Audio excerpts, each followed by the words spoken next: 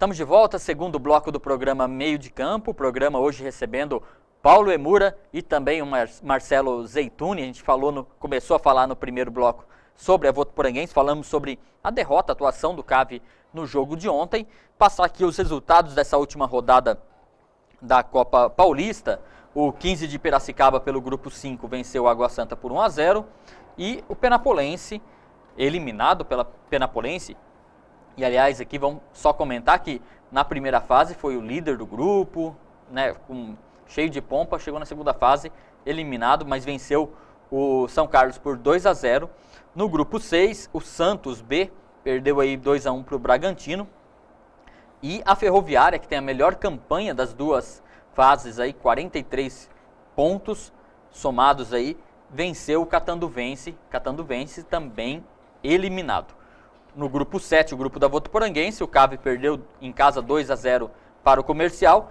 E na outra partida do grupo, definição de vaga, Marcelo já adiantou, o Nacional fez 3-1 no Red Bull Brasil. Red Bull, com sua mega estrutura, sua mega mitidez aí, está eliminado da Copa Paulista, perdeu para o Nacional. Detalhe, perdeu em casa, 3-1 para o Nacional. E no grupo 8, o Rio Claro, que tem a segunda melhor campanha da Copa Paulista, venceu o Mirassol por 1-0 e o São Caetano venceu o São Paulo B por 2-0. O que acontece? Primeiramente, destacar que a Votuporanguense, a partir de agora, é o único representante da região noroeste paulista. Perfeito. Na Copa Paulista. Então, Mirassol, Catanduvense, Penapolense,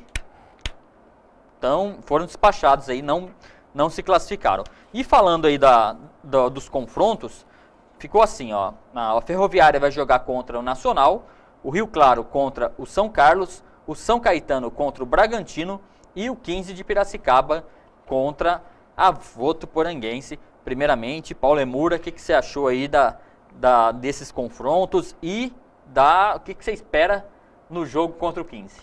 Olha, eu acho que tenho certeza absoluta que o torcedor está esperando, e nós também, que a vitória seja assim, maiúscula, não é jogo de 1-0, não. Vamos fazer o resultado em casa, porque chega lá fora. Um grande resultado contra o 15, Paulo? Espero aí 2-3-0 aí dentro do estádio. Futebol tudo é possível, mas tudo é possível. Mas o adversário, pelo que o pessoal fala... Só que tem um problema, agora é tudo ou nada, não adianta você chegar, vai jogar por 1-0, por uma bola só? Não adianta, então tem que partir pra cima e fazer. Mas você acha, essa pergunta pro Paulo e pro Marcelo, que o nosso técnico vai escalar o time como para esse jogo, com o desfalque de Paulo Josué? Provavelmente está sendo julgado hoje Anderson Cavalo. Como é que fica? Em primeiro lugar, eu acho o seguinte, ó, se o meio de campo, ele montar um quadrado no meio de campo muito marcador, fica difícil para o adversário. Agora, se você jogar com 2 ou 3 atacantes que sabem marcar, é outra coisa, totalmente diferente. Agora, o Ito Roque, ele tem uma estratégia que ele gosta de marcar muito, e jogar por uma bola. E aí eu acho meio difícil, porque é o seguinte, 1-0 não é resultado dentro de casa. A única coisa interessante é que nós não jogamos bem dentro de casa, nesse campeonato, e fora de casa nós tivemos bons resultados. Então nos deixa mais, assim, esperançosos. Realmente não é um técnico de 2-0, 3-0, nós temos desfalques importantíssimos. E só que a notícia boa, eu acho que é a volta dos dois laterais, né? O Nequinha e o Cleiton. Voltando os dois laterais, que são bons apoiadores, que são bons jogadores na frente. E marcam bem também, né? E marcam bem. Então essa é a vantagem. Eu acho que o Elvinho passa a ser ali o meio-campista que vai armar o time na frente. Né? E a gente já viu como funciona bem o Elvinho no contra-ataque, né? Isso, perfeito. Então nós somos um time que não gostamos de jogar com posse de bola, marcamos muito forte, então temos essa esperança. É que dentro de casa acaba irritando o jogador, essa característica do time. Às vezes isso é bom, às vezes isso é ruim, né? O que eu acho ruim é que você acaba não conquistando bons resultados. Pode ver que a Votuporanguense fez muito pouco jogos que ganhou com diferença de mais de um gol. Pode reparar aí que foi a maioria, 1-0, 2-1. Mas a esperança nossa é forte. Nós temos o confronto, eu acho bom. Nós pegou os outros confrontos. Eu achei um confronto dificílimo, Rio Claro e São Carlos. Eu concordo. Que é regional. Fugiu do São Rio Claro. Caetano e Bragantino, São Caetano, que são times de tradição. Nós sim, fugimos disso. Né? E a Ferroviária, né? Que é a melhor campanha. Nós conseguimos fugir desses 3 confrontos complicadíssimos. Então, eu acho que caímos no melhor confronto. Em 8, é claro que não tem confronto ideal. O ideal que eu rezei para acontecer era Votuporanguense e Mirassol, se o time de Mirassol se classificasse. Né? Até porque a gente podia ir lá com a nossa torcida, é um time que a gente conhece, enfim. Mas ideal não tem, mas enxergando com calma, foi o melhor confronto. Eu acho que o confronto aí é o seguinte, ó. É tudo ou nada, você tem de encarar qualquer um, porque quem quer ser campeão não tem negócio de ficar escolhendo adversário. Tá certo que o jogo mais difícil dessa rodada, eu acho, é Bragantino e o São Caetano. Eu acho que as duas equipes que vai dar um pega até bom aí. Eu acho que o clássico aí do Rio Claro e São Carlos também vai ser... Esse vai pegar, esse bicho pega. Vai ser pegado pela rivalidade. Rivalidades vizinhas, né? Mas o jogo bom mesmo, clássico mesmo, forte que eu acho, é aqui São Caetano e Bragantino na tabela. Agora, nós temos de fazer resultado. Não adianta, Marcelo, querer jogar por uma bola, porque é difícil aí. Aí nós, vamos supor que esse jogo fica aí 0-0 aqui dentro de casa. Automaticamente tá fora. Eu quero ganhar 3-0, só acho que ganha do máximo de 0,5-0. Só uma informação importante, o São Caetano ontem jogou com o Paulinho, que de Votuporanga, o Paulinho Santos, de titular o jogo inteiro, e venceu o São Paulo, não é isso? Venceu o São Paulo B.